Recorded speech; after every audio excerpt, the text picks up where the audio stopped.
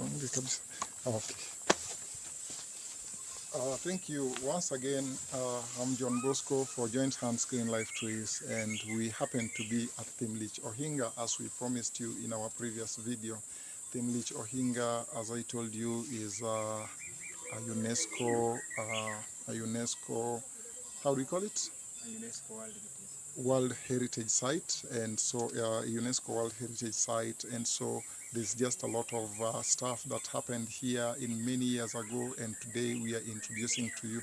Now this is the Ohinga. Ohinga means a fortress, and it is just such a large one that we're going to show you a lot more of stuff that is taking place here. So one-on-one, we are moving with Kevin. Now Kevin, you can take over and give us an explanation of how Thimlich Ohinga is set up. Okay, if we start from this point here, we have the extent of the heritage and the area. Yes. So Thimlich Ohinga is having 52 acres of land. Yeah. So a third of that 52 is occupied by these stone walls here. Oh, okay. So also in Thimlich Ohinga, we have 4 large homesteads. Large homesteads. Like the first homestead is Kuchieng, Kuku, Kokech, and Kolwach. All these enclosures are found in Thimlich Ohinga. Okay. And they are occupied with the other people here. Okay. So those you are seeing their names here are Kanyamwa people. So Kanyamwa. The Kanyamwa people of Homa Bay County. Homa Bay County. Yes. So these are parts of them which moved from Homa Bay to Migori County. So in Migori County, they lived in Nyatike sub-county, North Kadem Ward. So these Kanyamwa people arrived in this place in 1924. 1924. Yeah. So the population around this site here are now Kanyamwas. Okay. And there are very, very many here nowadays. Okay. If we start with Kuchieng itself, Kuchieng is the largest homestead in Thimlich Ohinga. Okay. Yeah. Then followed by Kokech is the second largest homestead. Right. Then third one is Kolwach. Yeah. Then lastly, the smaller one we have Kakuku homestead. Okay. Yeah. And so maybe as we enter, so this is the Kuchieng. Yeah, this is now the Kuchieng. And the rest are also enclosures the same way. Yeah. Okay. So how long ago who constructed this? The wall was constructed by different people. Okay. They think that the wall was constructed by Bantus. Yeah. Yeah. So if you look, like how many years ago? In fact, that is still under the research. Okay. The duration in which they take when arranging the wall is not known up to date, but they are saying that the wall has stand for over 500 years. Has been here for over 500 years. The wall has been here for over 500 years. Fun. Now, guys, you can hear that there is this wall here that has stood for an estimated period of at least 500 years, as you can see it. And what is funny is that it is all rocks, and there is no cement, there is no mortar that is holding all this together. It is just a stone on top of the other, and it has formed all that, complete with a gate. And you can see how the gate was done.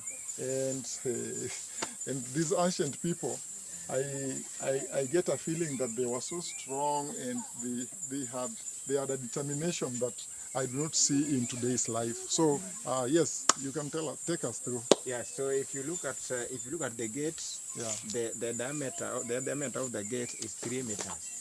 3 meters from 3 meters, the diameter of the gate. So from this point to that point to the far end there is 3 meters length. 3 meters length. So all these are rocks. Yeah, all those are rocks. No cement used. Yeah.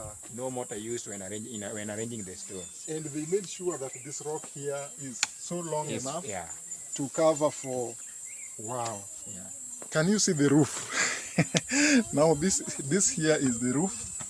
This here is the roof to the entire entrance, guys. This was so wonderful. Now, tell us about. I can see some writings here. Do they have any significance, or these are just things that they were trying to give some writings here. Yeah. Like if you are coming to Kuchieng's family, you are to be given something like a tag. Yeah. That's showing that this person is now coming from Kuching. The other person is also coming from the other and closer. Okay. Yeah. So they had their own way of writing things. They have got their own ways of writing things here. Okay. Like they also, if you look at the gates, they write the names of the leaders who are there by then. Okay. Like we have Ndisio. Ndisio was the chief of Kanyamkago. Okay. So Ndisio, by the time Kanyamkago was in, Ndisio was their leader by then. Okay. Then by the time Kanyamwa was inside, because Kuching was now there. Just a minute. It seems like so many people would live here and exit, and another set of people come in and live here and go. Yeah. So many families. So many communities have lived in this enclosure here. Yeah. So perhaps let's see.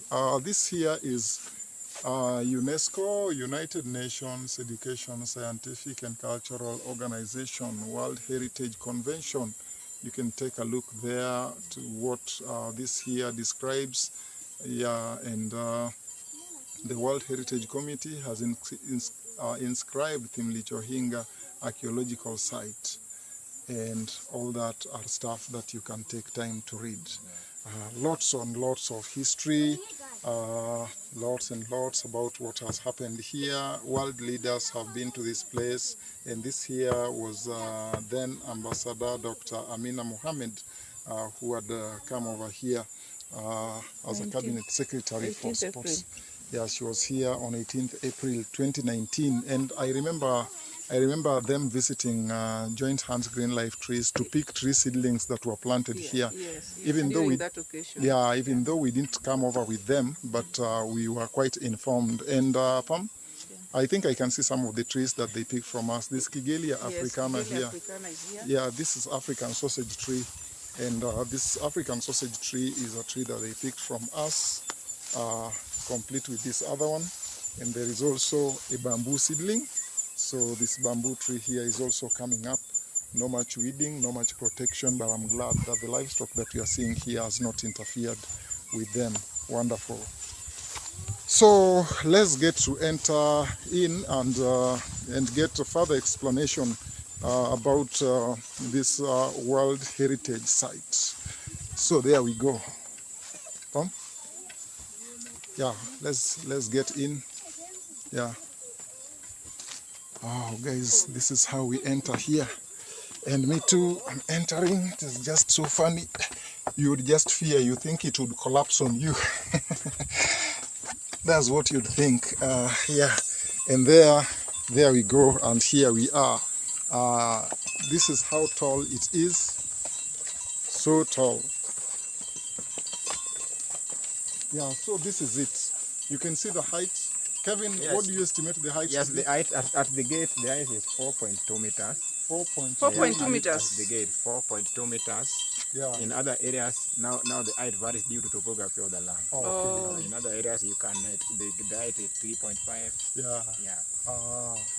And so we are seeing lots and lots of livestock inside here. Whose livestock are these? The livestock are for the families around the fence. Okay, the homes of people around the museum. Yeah, around the museum. Okay. Over the weekends, we allow them to bring their animals in to graze. They also feel as part of the museum. Ah, wonderful. Yeah. And also, I guess it also helps to keep the museum clean.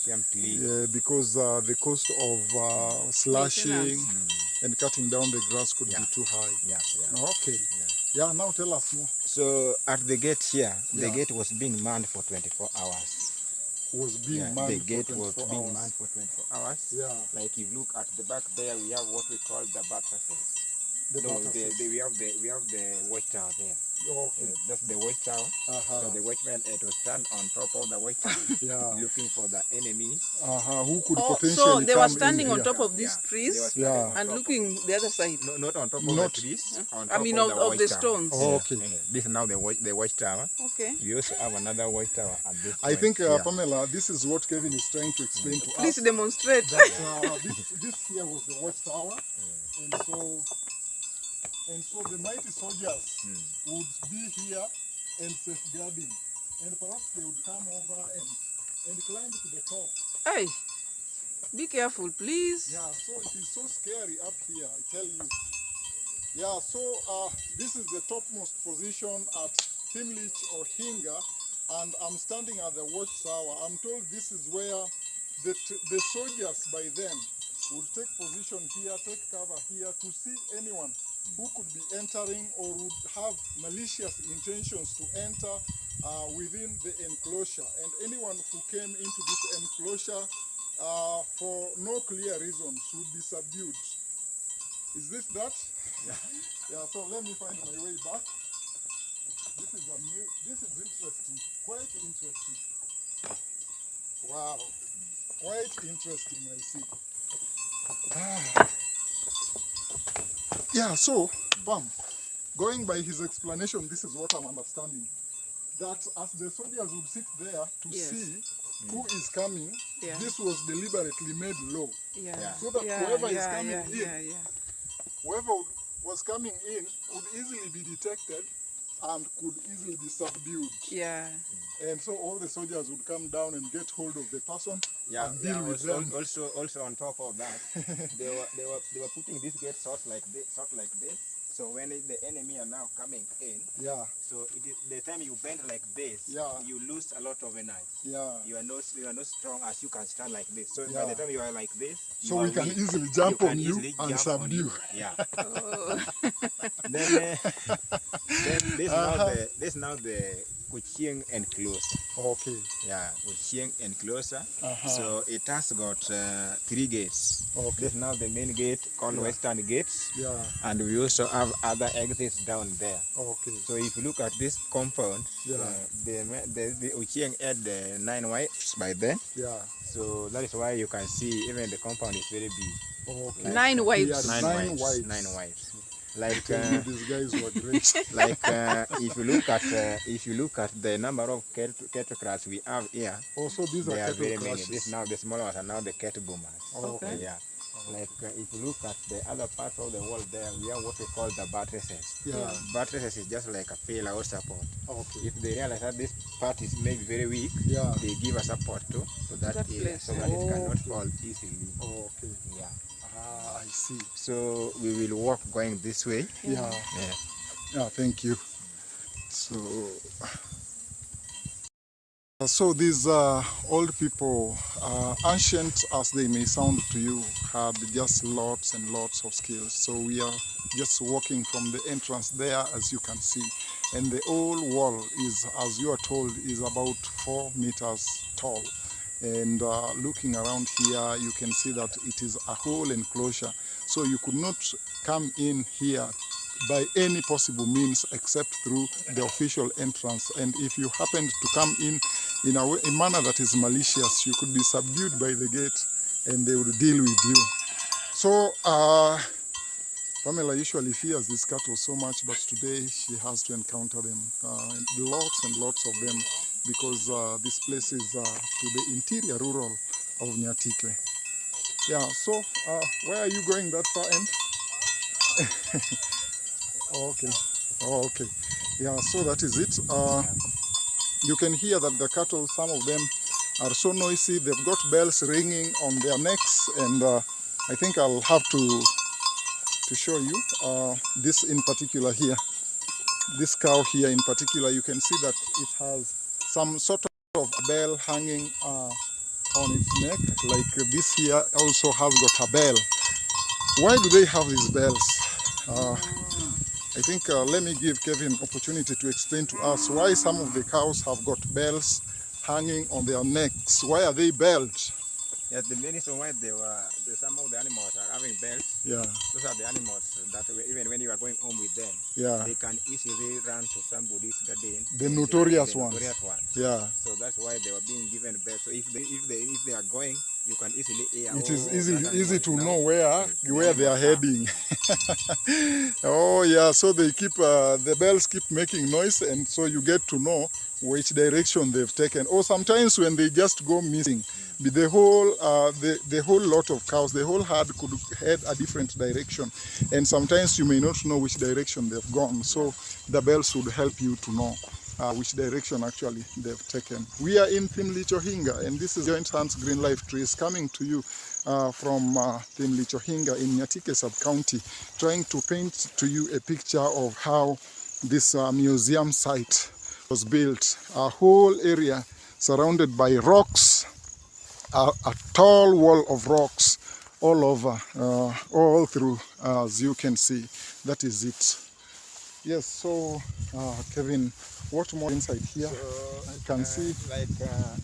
We talked about the traditional Luo homestead outside there. Yeah. But they were outside there for exhibition purposes. Those but ones outside there are for exhibition purposes. But Yeah. initially they were inside here. Or the real homes. So they used to be Yeah, here. they used to be in here. Okay. Like if you walk around this wall here, Yes. you will be able to count the number of house space we have there, house deep resource. Okay. If you walk up there, like if you see where there's a hole, If you see a depression. depression, like we have very big one there. Yeah. So the number of house depressions we have them around this wall here. Ah, I see. Yeah. Yeah. So any form of depression you see around, it depicts means that a house. The house. Oh, okay. Yeah. Oh. Then another thing inside here. Yeah. If you look at the wall, Yeah. the wall it has some short walls down one. Yes. Those are now the pillars. Okay. Yeah, they give The pillars that reinforce the wall. reinforce the wall. And especially I see that this here is a corner. Corner. Yeah. So they reinforced the corner. They reinforce the corner. Ah. Like this one. Yeah, like Wonderful. that one. Oh, okay. Oh. Then another thing inside here. Yeah. We also have some researchers here. Yeah. So this is where they did their first research. Okay. So This is an was, excavation trench. Trench 1. Okay. So the research was done in 1980 Okay. by Professor Simiyu Wandiba Okay. of the Nairobi University. Okay. Yeah. I see. So we also have some of the artifacts. So the artifacts that were recovered from here includes like the ones we have in pictures here, like cordulate pottery, bones of animals, stone beads, fresh wood ash. They also get during their research. Okay. So if they take the charcoal pieces they collect from this trench here, they take them to carbon dating. They realize that the carbon dating making the structure older than 500. 500 years. Okay. Oh, and that's why this whole thing is estimated to be 500 years old. Yeah. Ah, wonderful. Yeah, so guys, we are learning a lot and a lot more. So there's a cattle crash here. You can see it is bushy a bit, but there's an entrance here. And looking around, it is made in a circle. And once the cattle had entered in there, and enclosed there, then they won't be able to just roam about. And this was high level of security. More than 500 years ago, this kind of security existed, I tell you. Yeah, we are learning just a lot and a lot more. And so we are coming to another gate. And you talked about snakes. Are they here or? The snakes, do we need to be careful? No, if you reach where there are very many rocks like this, the snakes are also must be very many there. Yeah. But maybe you can meet them. Meeting them is also not easy. Yeah, because they keep hiding. They're also scared. Under the rocks. Yeah. Or they keep hiding. Under the rocks. Okay. Like you see. Also, I can see an exit there. Also, this part of the wall collapsed. Some parts also collapsed. Yeah. During evidence. Okay. The stones are getting slippery. Okay. So some parts the stones fall easily. Okay. But we do repair them. Okay. So, if we get some funds from the government. Yeah, you do the Give repairs. some experts. Yeah. To arrange them back again. Also, this requires experts. Wow. And so like the gates. yeah. Like we have some gates. I said that this homestead has got 3 gates. Yeah. There's now an exit. So this is an exit. And that also is another exit. Another exit, but that one is being manned for 24 hours also. Yeah. If you look on top, we have something like a chair, in a form of a chair. Yeah. That was the watchtower again. Okay. So the soldiers were to sit there. Like this exit here is not being manned. Oh, this exit was not manned. Yeah, Luos, they believe that when Mzee Yeah. Because the Ochieng had many wives. Yeah. So it's to do when Ochieng is from let's say for example from the market coming home at night. Yeah. He has to do something before he reaches. He has to sound some alarm that he's on the way. Yeah. Yeah. So if there is somebody who was doing anything strange inside the compound, yeah, would have passed through the gates directly. Okay. Yeah. So there was some amnesty, some leeway for wrongdoers to exit before he arrives. Yeah. Hey, guys. They were afraid of killing someone inside the home. You know, if you have got many wives, like also the number of prostitutes can also increase. Yeah. So if there is somebody who was doing something with illicit sex would happen. Yeah. So that person could have passed through the exit easily. Okay. That's why this one was not being banned. So you are saying that in Luo tradition, they avoided any possibility of causing death. So if anyone was conducting themselves in a way that is likely to cause problems, they had to give some exit. You'd have to know how to exit before you are caught up with. You run away. You run away. So they were given chance to run away. And we are learning that Ochieng, since he had 9 wives, and maybe he would not satisfactorily handle the wives, so there was possibility that some people could sneak in, and in the process, whenever the man of the home arrived, if you are on the wrong, you have to exit very fast before you are caught up with. And they gave room for that. I get you. I'm learning things here. Yeah. The worst part of it? I don't know. Then we also have something there. We have the bow game board here. Okay. Let's move and see.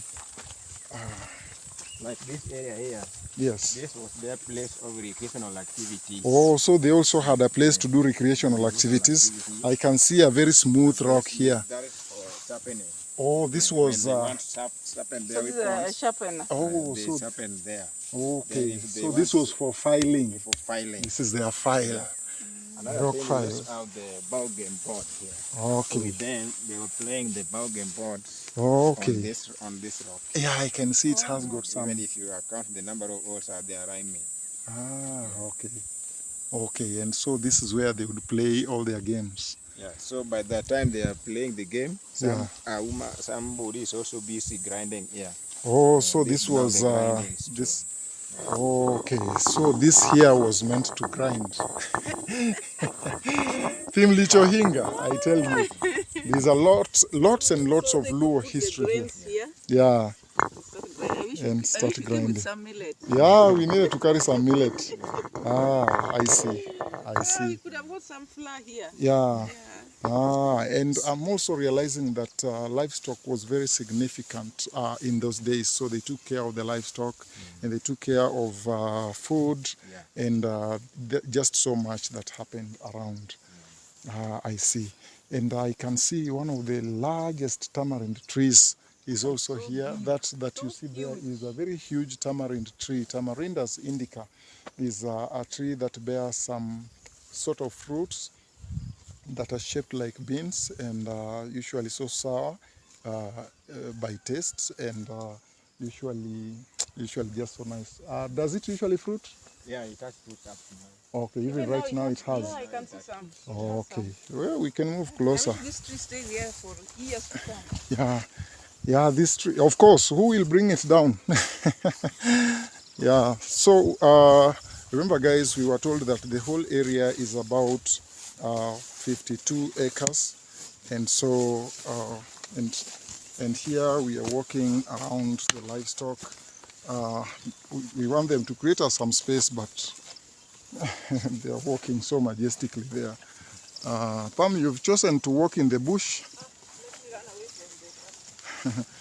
Yeah, so here is the tamarind tree, and we've got some guys on top there enjoying time, good time, seated on top of the trees. Those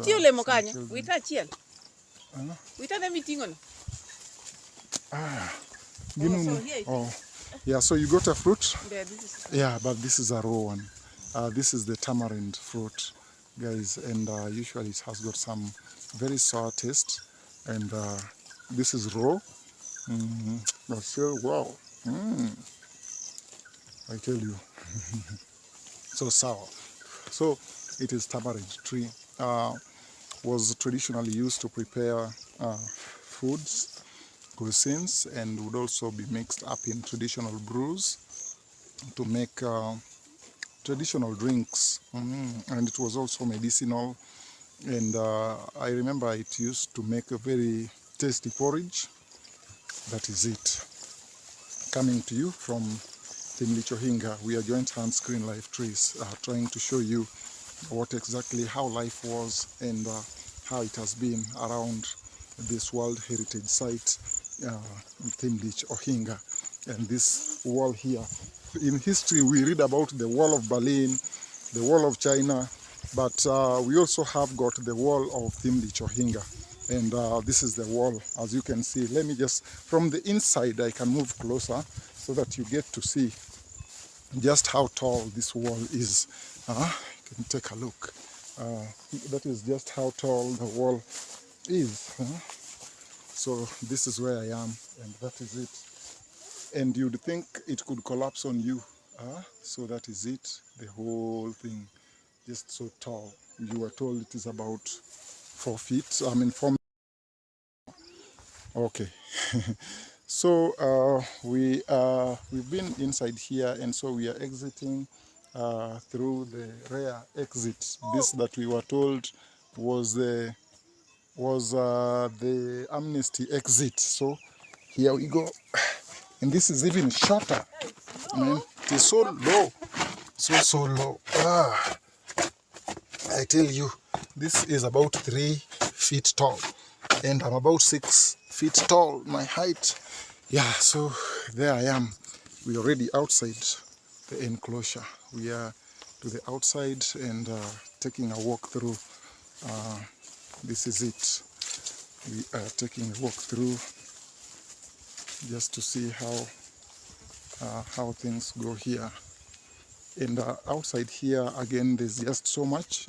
Looking to this side, the wall is collapsed a bit. You can see there that that wall is collapsed for reasons that you are told. And remember, it has stood here for over 500 years. And I've been here, I think this could be my 5th time. And this is the first time I'm seeing that the wall is collapsed. The first time I was here was just so many years ago. Yeah, and so some ironwork. Tell us about this cave. There are some of the activities in which they involved in. Yeah. Like there were iron workers, yeah. there were cattle rearers. So this was the industrial area. Okay. So like if they want to prepare their weapons, they want to prepare the oats, they prepare them around this place. Like we have these smooth stones here. This is where they save them. The shape they want. Like once they have eat them. Or they shape them the way they want them to be. Okay. Yeah. If you have eaten metal, now it becomes soft so that you can put it according to your shape. The shape you want. So this was the industrial area. Yeah. So when these people, when researchers dig around that board there. Yes, when they did some excavation. Then they found what we call the iron slab. Okay. Can we move there closer?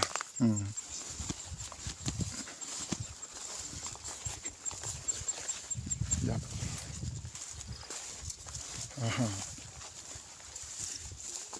Yeah. So this is the excavation trench. Yeah. So this they did in 2007 by a team from National Museums of Kenya. That is Sayo Njala, Dr. Christine Ogola.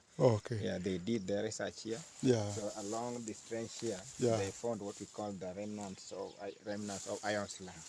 Like this, the flag itself. Yeah. Yeah. Okay. Yeah, so we have them inside the office. I'll show you the flag they get around this place. Okay. Wonderful. Yeah, so up to where we have reached, we are now through with Kuching and close. Okay. So this just the still the wall of Kuching. Yeah. This just the extension part of it. Okay. You know, they used to stand their homes when the population is now increased up. Yeah. They also extend other walls for others for others to come in. Yeah. Okay. Yeah. Wonderful. We are at the threatening jungle, as you are told. So all that you can see back here is a whole jungle, so dense inside there and just so hard to walk in. But the wall is still here, the Kuching wall. Now we've got so many other enclosures to the interior side of the jungle.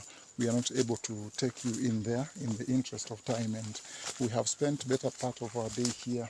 Walking around here requires adequate time. We didn't arrive ahead in time to be able to explain to you all that happens here, but as you look, you're able to see the threatening jungle itself. It is a whole jungle there, and is the kind of natural forest that you would not find anywhere else, because it is protected, and so no human encroachment, no human disturbance is here any much.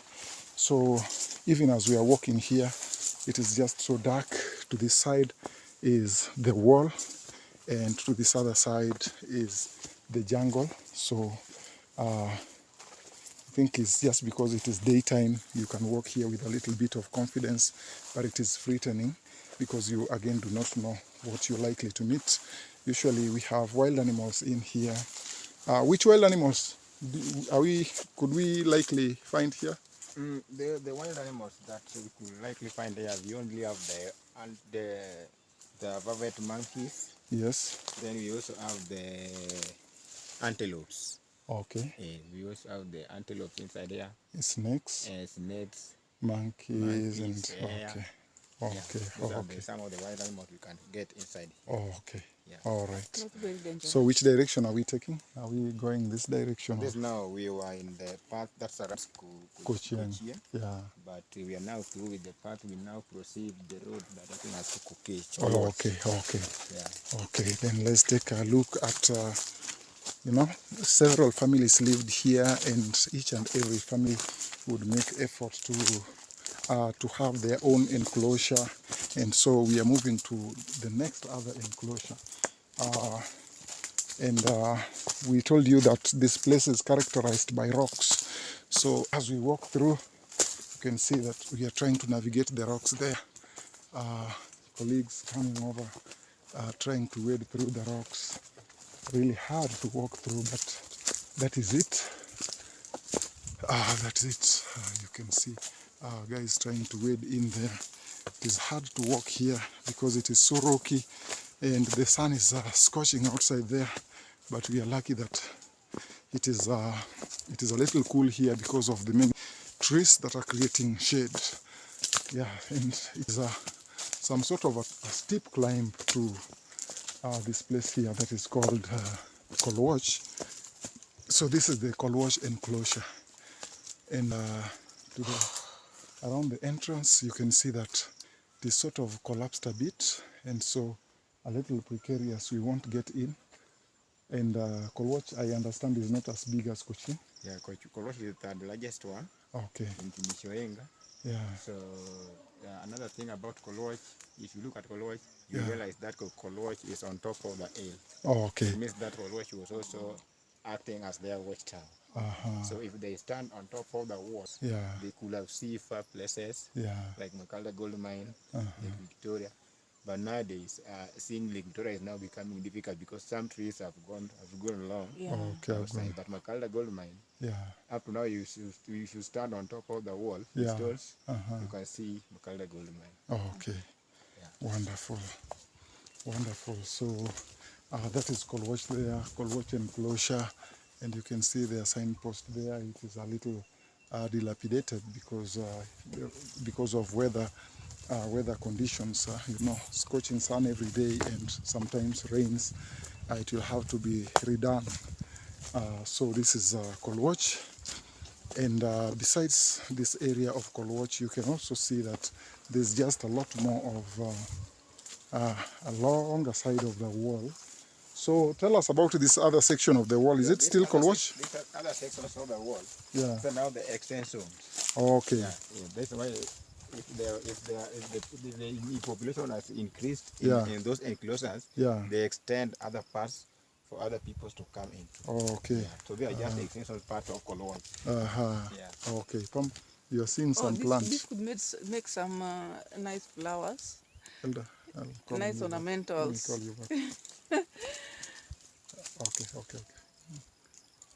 Yeah, so Yeah. it is This could make some nice ornamentals. yeah, as you it's can usually see. an ornamental plant. Yeah. But you know, all ornamental plants usually some are picked from the wild, and once they get domesticated, yeah, it has some nice scent. I see. Yeah, so guys, that is it. You were telling us something about this wall, that this was an extension. Yeah, this was an extension Yeah. of the wall. Yeah. So the family of some members of our voice will have stayed inside there. Okay. Yeah. So they also have to arrange this stores like this. Yeah. So the main reason why they arrange the stores like this is for security purpose. Yes. That was the main reason for arranging the walls. Yeah. Very high like that. Oh, I see. Yeah.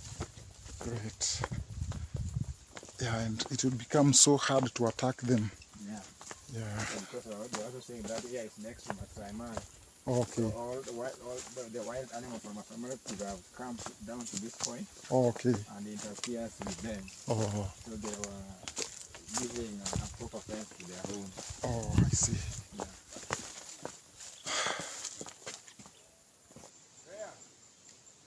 Yeah, guys. So as you can see there, we've been walking from Kolwach downhill, and it is really a steep hill to climb. So as you can see, we are going down. Yeah, because we are from the steep climb coming down, and it is just so rocky. I believe these are the same rocks that they used for the construction of the walls that you are seeing all over, and they are just mighty walls. This area alone, I saw several hectares. Kevin, do you have an estimate of what acreage Kochieng is? The acreage of Kochieng is 3 acres. Kochieng is 3 acres. Yeah. So guys, as you can hear, that is also another exit or entrance, as you've seen it there. And it's still, you know, this is the Kochieng wall. We are back to Kochieng, and what you are able to see there is that they surrounded 3 acres of land with these rocks, and each and every single rock. And imagine, no machine was involved, because by then no equipment existed. So this was handwork, and guys did some very artistic job, very quite artistic work there, and it looks just so wonderful. So I believe this was another intended extension before whatever happened that drove them away from here. Otherwise they would have made this extension, and I think they were coming up with an entrance to this side here. That would be another entrance, and that would have been an extension of Kochieng. But whatever happened, maybe war erupted, or because a lot would happen by then. Sometimes famine would exist and force people to move to other places for one reason or another, or there could be pestilences, I mean diseases that could just come about and force people to move. So that is one reason why families came in and kept living. And because of the migration patterns, you'd find that some people would migrate and come about, and they would be very fierce at battle and would kill people. So that again would be another reason for people to quit, people to just leave. What is it? A snake. Where is it? I want to see. It has gone. Oh, yeah, so yeah, so Pamela spotted a snake there, and she was just about to scream. She actually, yeah, and so I missed the opportunity to see the snake. We would have brought it live here on camera. And so we are walking back to where our journey started. Remember that we are walking now outside the fence, heading back to where our journey started from. There are just so many enclosures that we did not visit, but we've brought to you much of history history about whatever happened, whatever took place in those many years that have gone. But the threatening jungle is still here. As you can see, here is the mighty jungle. And we've got paths there. I think a trail. Yeah. Yeah, so I think this must have been a trail that would lead to some other place, and they wanted also to fortify the same. Yeah, so these fortresses here, walking around Thimlich Ohinga, looks really beautiful, looks really nice.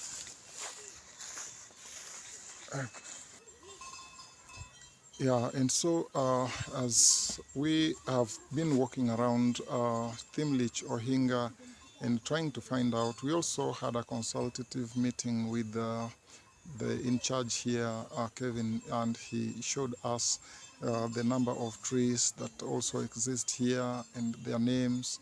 And also we were trying to find out which areas within Thimlich Ohinga that where we may need to add more trees, because the many trees that are being rendered extinct, this is the only area, this is the only place where we can have them kept and be assured that they'll remain safe, because most of the many places that you'd want to plant a tree, chances are that these trees might be destroyed. And so that is what we will be coming into.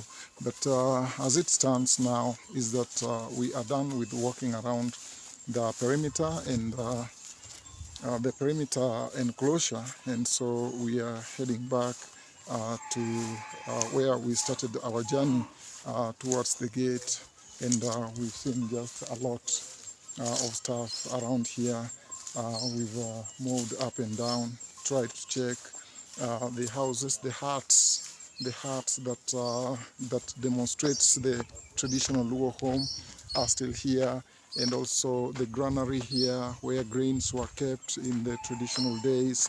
And we also have the collapsed house of Mikai, the first wife, and so her house is right there. And looking around here also, we have got yet another hut, and the cattle crush, the livestock could be kept there.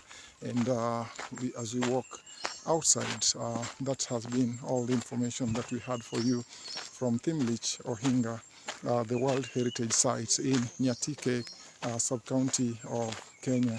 And so it has been great bringing to you all this information, informing you about Migori County and the tourist destination points that we have within our county. People keep visiting here to check on what is new and about the developments here and about the traditional life that was here. Typically, that is it. And so we are coming to the tail end of this video. As we finish up this video, we appreciate the moment that we've had with you. We are on our journey to 1,000 subscribers. So as this video comes to you, we are requesting that if you come across this video, please do not forget to subscribe, to like, and as well as to share. And you can as well put a comment down there about what more you'd wish we bring to you and what you need to be brought to you differently. We are just so glad. Pam? Yeah, it has been a nice walk at Thimlich Ohinga. So it's good that we've shown the heritage, the African heritage, especially of the Luos. Though it has been hectic walking there in between the jungle and the stones, but it's good we are through, we are outside here, and we've been able to show something unique about our culture. And there's very many trees, natural trees just around this place, that it makes it so nice. And regardless of the fact that this place is remote, it's very dry, it's just like an arid, but the trees are surviving, the bigger ones can be seen.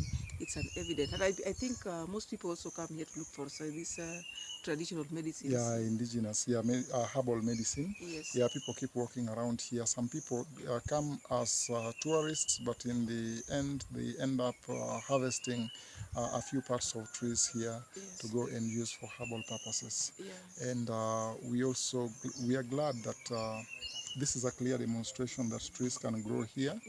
It's only that it is arid and no one is making any effort.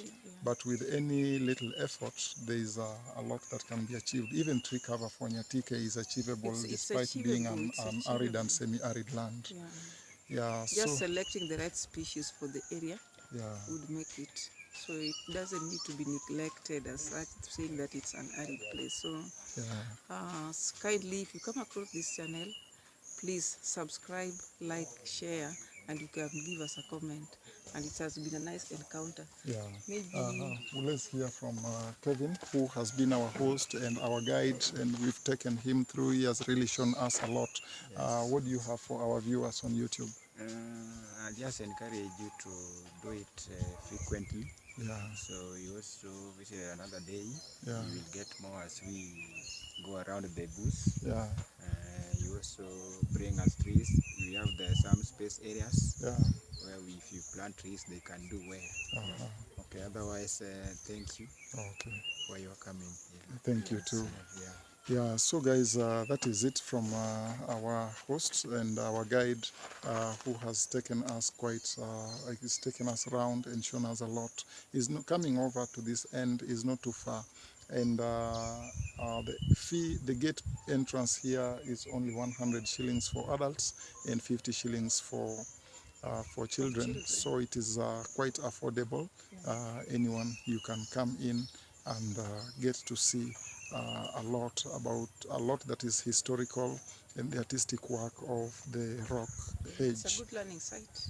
It's also a good learning site, such a quiet place, amazing place, and also a campsite. Yes. So even for those who would want to camp, you can come over and camp here. And it is about 27 kilometers from Migori town. So we had a long ride coming here. We have yet another very long ride heading back to Migori. So but thank you. Not bad. We always manage. We always manage, and it's usually manageable. So that is all from us. Joint Hands Green Life Trees. We say bye-bye.